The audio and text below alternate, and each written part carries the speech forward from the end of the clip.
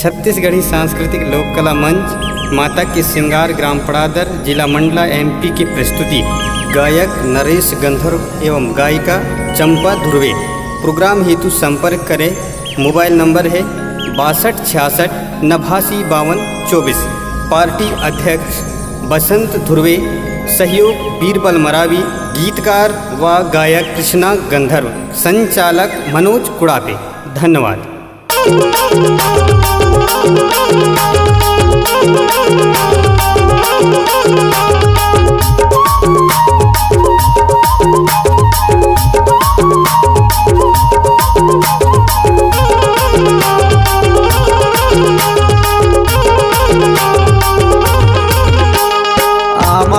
बुझा लगे फर गई मिल के झाड़ बन गई चाना के झाड़ है रे।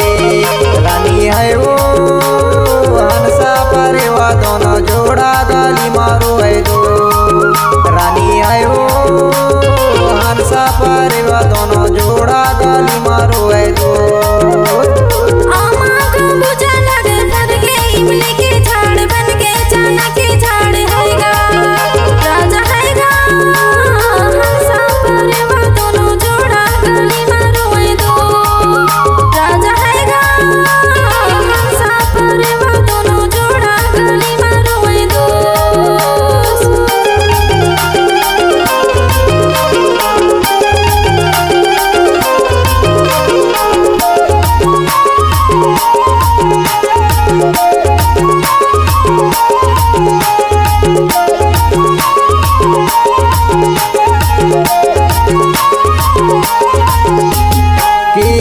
पानी दीदी कुमरीला उड़न गा कल्ला बचावाने रानी है वो कल्ला बचावाने आमागा बुझा लगे फर गई मिल के झाड़ बन गए चाना के झाड़ है रे। रानी है वो हंसा परिवा दोनों जोड़ा गाली मारो है दो। रानी है वो हंसा परिवा दोनों जोड़ा गाली मारो है दो।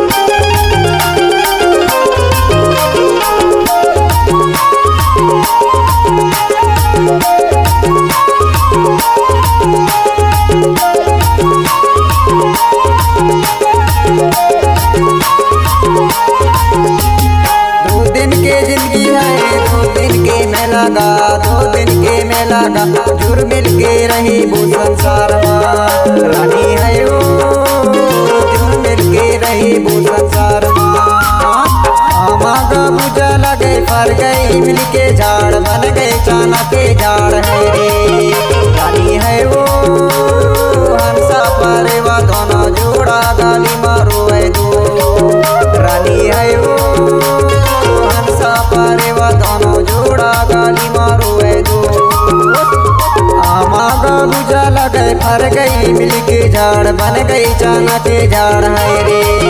रानी है वो हंसा परिवा दोनों जोड़ा गाली मारो है दो। रानी है वो हंसा परिवा दोनों जोड़ा गाली मारो है दो।